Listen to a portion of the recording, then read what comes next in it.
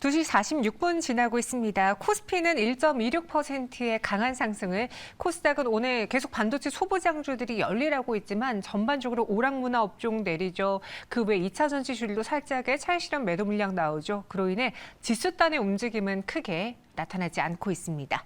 이런 시장 무엇을 봐야 될지 이정민 이사, 이건희 부장과 함께 이야기 나눠볼게요. 어서 오세요. 네. 안녕하세요. 안녕하세요.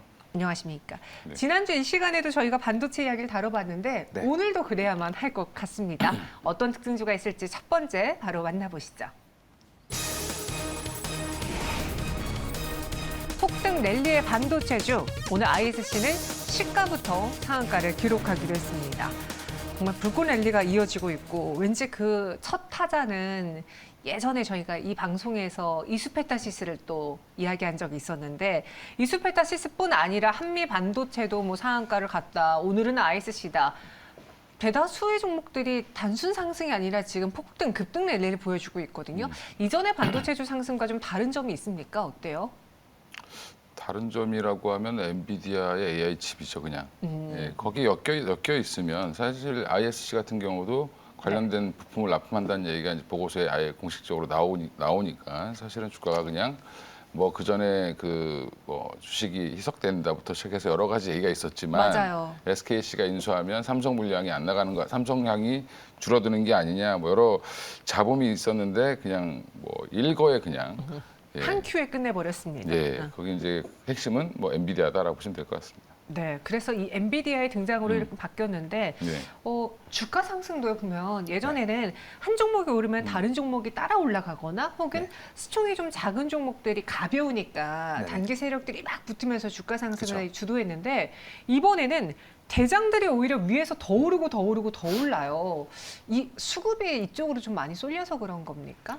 네, 올해 이제 시장의 특징이 선택과 집중입니다. 그러다 네. 보니까 한 번 시장에 주목을 받았던 대장군에 속하는 종목들이 각 섹터별로 더욱더 이제 큰 상승이 나오고 있기 때문에 우리 시청자 여러분들께서도 어설프게 만약에 포트폴리오 전략을 편달하면은 아마 올해 굉장히 크게 소외감을 앞으로도 계속 느낄 가능성이 높습니다. 그렇기 때문에 오늘 이렇게 프로그램 계속 시청을 하시면서 전문가분들께서 계속 언급하시는 종목들 위주로만 좀 관심 종목을 압축해서 이제 매매를 좀 하시는 게 가장 좋지 않을까 이렇게 좀 생각이 되고요. 특히나 이제 전일 워낙 미국 시장에서도 필라델피아 반도체 지수도 굉장히 많이 상승을 했죠. 그에 따라서 이제 국내 시장에서도 반도체 섹터에 대한 전반적인 훈풍이 불고 있다라고 좀 말씀을 드리고 싶고요. 그다음에 SK 하이닉스 같은 경우에도 7월 12일 날 AI 설명회가 있었죠. 근데 관련되어서 내용이 굉장히 좋았습니다. 그러다 보니까 SK 하이닉스가 금일 또 지금 현재는 2.98% 정도 상승하는 모습이 좀 나오고 있는데요. 간략하게 시청자 여러분들께 좀 말씀을 드린다라면은 챗 GPT 출시 2달 만에 그 연관된 앱이 그 400개 이상 증가하면서 앞으로도 이제 관련된 시장이 빠르게 생태계를 좀 조성해 나갈 것으로 이제 SK 하이닉스 측에서는 지금 현재 밝히고 있습니다. 그다음에 그동안 시장에서 또 하나 염려했던 부분 중에 하나는 AI 서버가 일반 서버 시장을 좀 잠식하는 게 아니냐 이런 식으로 많이 좀 염려하는 시선들도 있었는데 이제 동사에서 밝히기로는 AI 서버와 일반 서버는 완전 따로 가는 시장이기 때문에 그런 부분을 크게 걱정하지 않는다 이렇게 이야기를 하면서 AI 서버에는 오로지 HBM이 들어가고 그다음에 메인 메모리 같은 경우는 2테라 탑재가 기본으로 되어 있다. 그리고 고객사 사양마다 다르지만 최대 4배수까지도 이제 그 메인 메모리가 탑재가 되고 있다라고 현재 밝히고 있고요. 그렇기 때문에 2023년이 아니라 내년 2024년을 생각을 해봤을 때 고용량 모듈과 그다음에 HBM 시장 같은 경우에는 2배 이상 성장할 것으로 동사는 기대를 한다라고 밝혔습니다. 그래서 제가 이번에 이런 그 AI 설명회를 들으면서 저도 좀 느꼈던 부분 중에 하나는 참 요즘에는 이제 주식 투자자들을 위해서 기업들이 참 소통을 많이 한다라고 느꼈습니다. 예전 같았으면 이런 설명회 아예 그 생각도 못할 그런 상황이었는데 요즘에는 참 포스코부터 시작해서 여러 회사들이 이런 부분들을 어떻게 보면 많이 좀 주최를 하고 있다 보니까 관련된 기사가 나오면은 우리 시청자 여러분들께서도 꼭 좀 정독을 해보시는 거를 좀 추천을 드리겠습니다. 네, 이렇게 소통하는 예전에 그 동진세미캠이 그 IR 안 하기로 유명한 그 그쵸. 회사가 IR 한다고 해가지고 주가가 급등한 바 있었잖아요. 네. 요즘은 주주들의 마음을 잘 그쵸. 어우러줘야 됩니다. 그런 상황 속에서 이건희 부장님이 지난 수요일에 저희 방송에 와서 네. 주주분들의 마음을 잘 어우르며 한미 반도체를 마감해 산다라고 말씀하고 가셨어요. 근데 네. 그 다음 날 상한가에 가서 저희가 방송 중에 나오진 않으셨지만 계속 이건희 이야기를 했었거든요. 네. 귀 안 간지러우셨어요? 운이 좋았던 것 같고요. 네. 그냥 아니 그날 안 사신 분들 후회하셨겠죠. 그렇겠죠. 예. 근데 이제 뭐 이게 그렇게 갈 줄 알고 말씀드린 건 아니고 그냥 그런 거죠. 이제 상대적으로 얘가 대장인데 한미반도체가 대장인데 왜 안 갔을까? 더 한번 치고 올라갈 타이밍이 나올 것 같다라고 해서 말씀을 드린 거고요. 그때 못 사면 못 살 것 같아서 말씀을 드렸습니다. 예. 그래서 근데 이제 그 타이밍이 어쩌다 보니까 잘 맞은 거죠. 예. 그러니까 뭐 뒷걸음질 하다가 이제 뭐 이렇게 된 거죠. 네. 예. 그렇게 보시면 되고요. 일단 그렇게 올라간데도 연락은 없으시더라고요, 다들. 예. 그래서 아니 저희가 찾았어요. 네. 예. 그래서 일단은 한미반도체 어디까지 봐야 되냐 또 이제 또 작가님 연락 오셨던데 1차 목표가를 제가 4만 원을 말씀드렸는데 그 사이 리포트들 쫙 보면 한 3만 6천 원이 최고가였습니다, 목표가가. 근데 그러다가 이제 4만 6천 원짜리 리포트가 나왔고요. 근데 오늘 벌써 4만 7천 원을 5만 원을 장중에 한번 갔다 왔습니다. 네. 근데 저는 개인적으로 여기서는 뭐 목표가를 정하는 거는 밸류로 계산하고 이게 하기가 아직은 뭐 정확하게 장비가 몇 대 팔릴 것인지를 예측을 해야 되는데 애널리스트들이 이걸 예측하기에는 아직은 조금 더 시기상조기 때문에 리포트가 못 나온다고 보고 있고요. 그러면 이제 지금은 어떻게 보면 이 추세가 유지된다라고 하면 뭐 2차 목표가는 한 5만 5천 원까지 정도 보시고 또 대응을 한번 해보셔도 괜찮을 것 같습니다. 한미반도체 일부러 저희가 뭐 딱 이렇게 다음날 상한가를 갈 걸 알고 소개해드린 건 아니지만 워낙 다른 아이들이 다 가는데 다른 종목들이 다 가는데 왜 대장인 한미반도체가 지금 쉬고 있을까? 지금 아니면 못 사겠다 해서 과감히 투자를 했고 수익을 냈습니다. 2차 목표 주가는 5만 5천 원으로 제시를 해드렸어요. 그러면 우리 이정민 팀장님은 네. 마감의 산다 안 나오시잖아요. 그렇죠. 네. 네, 좀 아쉽네요. 지금 소개해드릴 수 있는 기회를 드릴게요. 이 네. 오늘 반도체주들을 고점 신호로 보시는 분들도 꽤 주변에 있더라고요. 왜냐면 너무 모든 종목들이 네. 폭발적으로 상승하니까 과열될 수도 있다. 조심하자라는 의견도 있던데 네. 개인적으로 어떻게 대응하시겠는지 반도체주 내에서 좀 눈여겨보고 있는 종목도 있으십니까? 단기적으로는 과열이 맞을 수도 있죠. 왜냐하면 시가총액이 굉장히 큰 종목들이 이런 식으로 굉장히 급등이 나오고 있기 때문에 당연히 쉬어가는 구간은 나올 겁니다. 그렇기 때문에 오히려 쉬어가는 구간에서는 적극적으로 매수를 해야 된다라고 다시 한번 좀 강조해서 말씀을 드리겠고요. 특히나 이제 부장님께서 추천해 주시는 종목들도 우리 시청자 여러분 눈여겨보신다라면은 네. 당연히 굉장히 이제 수익에 좀 도움이 많이 되겠죠. 그리고 저 같은 경우에는 일단은 지금 현재 시청자 여러분들께 ISC 다시 한번 좀 보자라고 좀 말씀을 드리고 싶어요. 물론 오늘 같은 경우에는 굉장히 뜨거운 종목에 속하죠. 이유가 다 있습니다. 어제 동사가 IR을 했었습니다. 장 끝나자마자 IR을 했었는데 그 내용이 굉장히 좋았습니다. 그동안 시장에서 이제 염려했던 부분, 특히나 이제 시장에서 좀 이제 눈여겨봤던 부분 중에 하나가 AMD랑 엔비디아 쪽 물량을 받았느냐인데 받았다라고 공식적으로 밝혔죠. 그렇기 때문에 관련되어서 이제 어제 실시간으로 IR 들으시는 분들이 시간 외 시장에서 그냥 긁어서 매수를 해버리시더라고요. 저는 당시에 운전 중이었는데 매수를 하고 싶어도 매수하기가 참 힘들었었습니다. 네. 예, 그러다 보니까 참 굉장히 좀 좋은 뉴스들이 많았다. 그래서 특히나 이제 그 2천억 자금 조달 중에서 1,000억을 비메모리 양산 라인에 이제 증설하는 부분으로 되어 있는데 특히나 이제 투자를 국내보다는 베트남 이제 공장 쪽에 워낙 투자를 하다 보니까 그만큼 영업이익률이 굉장히 높을 것으로 좀 생각이 되고요. 특히나 소켓과 관련되어 가지고는 그동안 동사가 시황이 안 좋을 때도 30%대 마진을 기록을 했었습니다.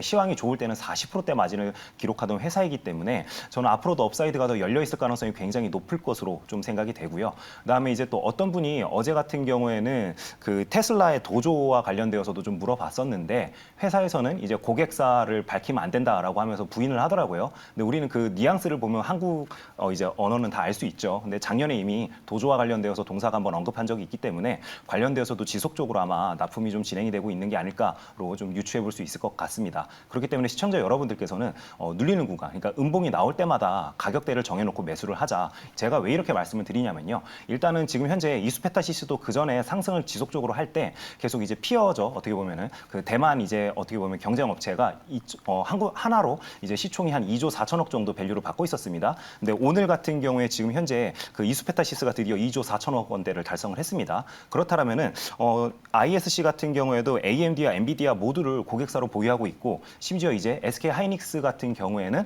앞으로 이제 그 점유율이 높아질 수밖에 없겠죠. 계열사로 편입이 됐기 때문에. 근데 삼성에서도 물량을 안 뺀다라고 밝혔기 때문에 그렇다면 저는 지금 현재 시가총액 1조 5천억은 눌리는 구간이 나올 때마다 매수를 해야 되는 가격대다라고 생각이 되기 때문에 적극적으로 음봉위에서는 좀 매수를 해보자라고 시청자분들께 말씀을 드리겠습니다.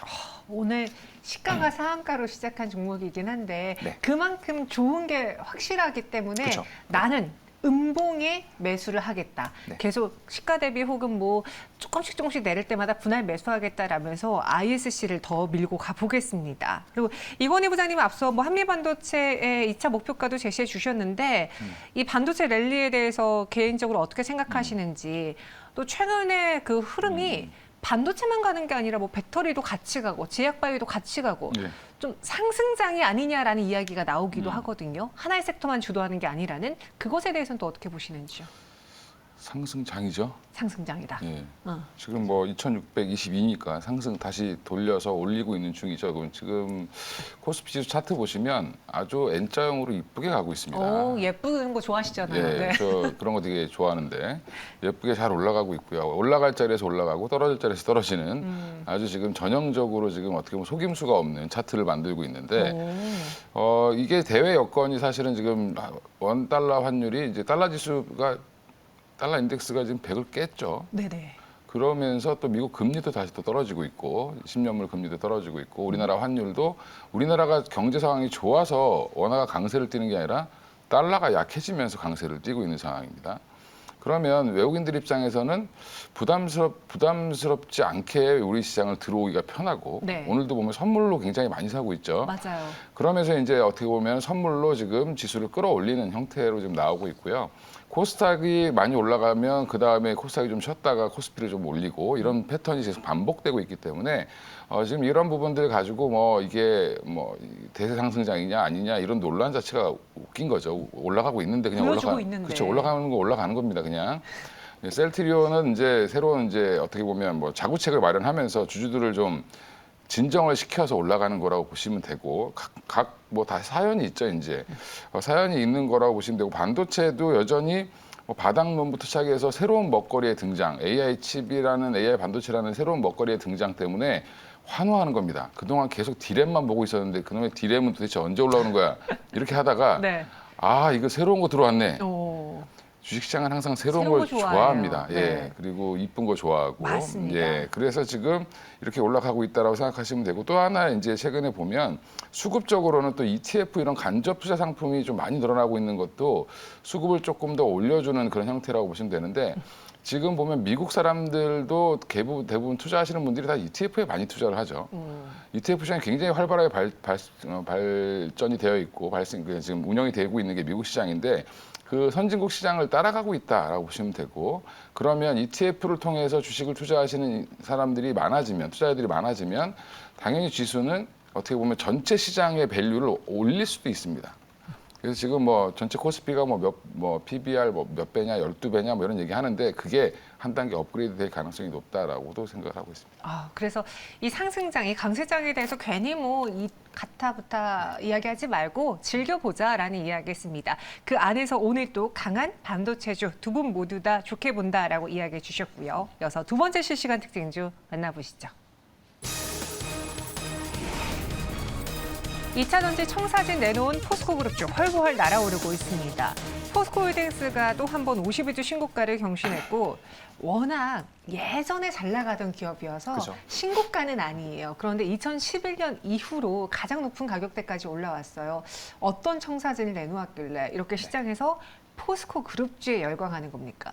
네, 포스코가 최근에 이제 시장과 소통을 굉장히 강화하고 있는 이제 그룹사 중에 하나입니다. 그러다 보니까 그 비전 선포식이 있었습니다. 그래서 2030년까지 매출 100조 원을 달성을 하겠다라고 이제 회사 측에서 좀 밝히고 있고요. 그러면서 이제 각 관련되어서 이제 계열사별로 이제 나와서 좀 이야기를 해주셨는데 특히나 제가 좀 눈여겨봤던 부분은 어쨌든지 시장이 그 전까지만 해도 포스코 하면은 뭔가 지루한 종목, 그 다음에 철강과 관련되어 있는 색깔을 강하게 좀 시장이 가지고 있었는데 마치 작년과 좀 비교를 한다라. 한다라면은 작년에는 약간 그런 종목이 KT가 있었죠. 그 전까지만 해도 굉장히 통신 섹터로 강하게 좀 시장이 인식을 했었는데 이제 워낙 이제 취임하셨던 회장님께서 계속 뭔가 이렇게 컨텐츠 관련되어서도 투자를 하겠다 여러 가지 이제 시장과 소통하는 모습을 보여주면서 올해는 물론 KT 이제 그 주가가 별로 안 좋지만 작년 같은 경우에는 이제 시장에서 굉장히 주목을 많이 받았듯이 올해 같은 경우에는 지금 딱 그런 모습을 포스코 그룹과 관련된 종목들이 전반적으로 좀 보여주고 있다라고 시청자 여러분들께 말씀을 드리고 싶고요. 특히나 제가 좀 눈여겨봤던 부분은 그룹 전체 그 투자하는 그 비중입니다. 전체 금액의 한 46% 정도를 2차 전지 소재 쪽으로 지속적으로 좀 투자를 하겠다라고 사측에서는 좀 밝히고 있고요. 그러다 보니까 뭐 리튬을 비롯해서 여러 가지 뭐 음극재와 관련된 부분에서도 그렇고 전반적으로 기존에 알려졌던 부분들보다는 훨씬 투자 금액이 늘어났다는 부분 우리가 좀 확인을 할 수 있을 것 같습니다. 그러다 보니까 오늘 같은 경우에도 관련된 종목들이 전부 다 양봉을 좀 키고 있죠. 그렇듯 시장에서는 굉장히 이런 부분에 대해서 가산점을 주고 있다라고 시청자 여러분께 좀 말씀을 드리고 싶고요. 특히나 그 2030년도까지 성장 목표 계획을 상향을 했습니다. 네. 사측에서 공식적으로 했는데요. 일예로 시청자 여러분들께서 관심이 많으신 리튬 같은 경우에는요.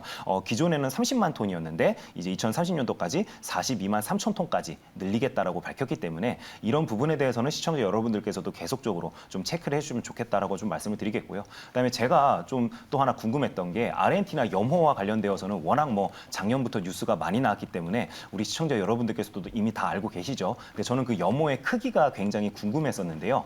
사측에서 좀 구체적으로 말씀을 해주시더라고요. 저는 구글 지도를 봐도 그렇게 크게 와닿지 않았는데 네. 서울의 절반 정도의 크기라고 합니다. 그렇게 이야기를 해주시니까 저도 좀 바로 이해가 되었기 때문에 굉장히 큰 규모로 현재 프로젝트가 진행이 되고 있구나 이런 식으로 우리가 좀 인식을 할 필요가 있을 것 같습니다. 오, 서울의 절반 크기라고 하니까 네. 확 와닿네요. 그쵸. 진짜 네. 크네요. 그렇죠, 그렇죠. 그래서 포스코홀딩스가 뭐 리튬에 대한 그 앞으로의 성장성으로 인해서 한 증권가에서 목표 주가를 또 상향 조정하고 네. 중장기적으로 보겠다라는 긍정적인 보고서도 나왔습니다. 네, 이건희 부장님. 네. 매번 좋은 건 다 알기 때문에 네. 계속 오르기가 좀 힘들잖아요. 그 안에서도 부침을 겪잖아요. 네. 포스코홀딩스가 이번에 2분기 실적을 발표할 텐데 예상보다 그리 좋지 않을 것이다. 3분기까지도 좀 힘들 수 있다라는 이야기가 있어요. 네. 그럼 이 실적 부진함이 나오면 시장에 뭔가 빌미를 주면서 주가 하락을 유발할까요? 아니면 이건 과거니까 우리는 미래를 봐야 되는 걸까요? 빌미를 좀 줬으면 좋겠습니다. 예. 살려고요? 그렇죠. 사실 분들은 또 그때 사셔야 되는데 갖고 계신 분들만을 위해서 계속 가기만 하면 네. 예, 좀 그렇죠. 그렇죠. 배 그래서, 아프죠. 그러면 같이 가시려면 한 번 정도 이렇게 실적 부진하다고 좀 빠져주면 예, 좀 주주분들에겐 그때- 죄송스럽지만 저희 동참하겠습니다. 아니 뭐 길게 가져가실 분들은 어차피 뭐 그때 잠깐 빠졌다가 올라가는 걸 텐데 네. 뭐 그렇게 너무 그거 하실 필요 없을 것 같고요. 당분간 포스코 그룹은 가장 핫한 그룹이죠 지금 현재.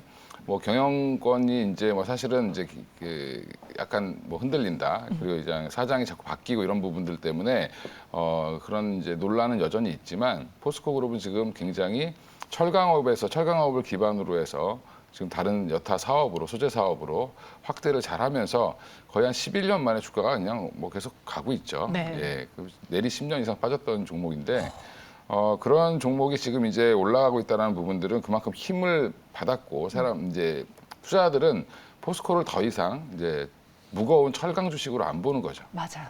예.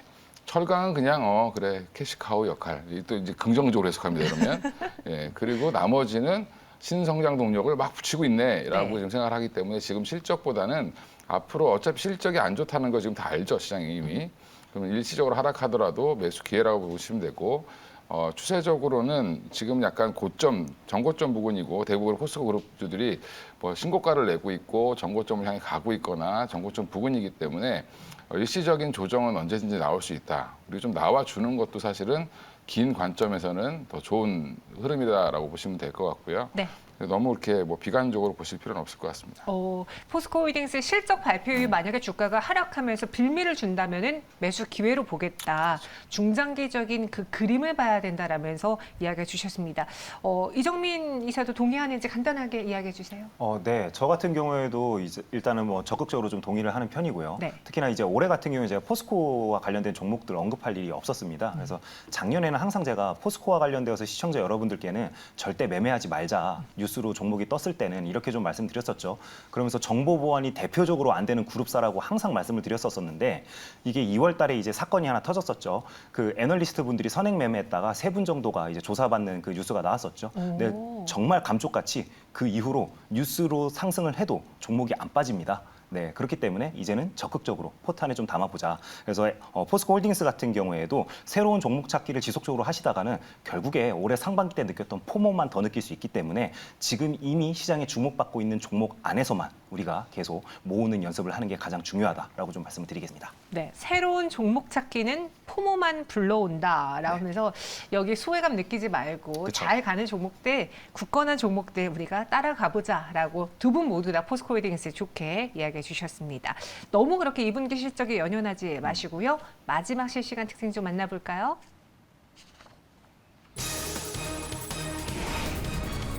폴란드발 재료소멸, 현대로템과 방산주가 오늘 약세를 보이고 있습니다.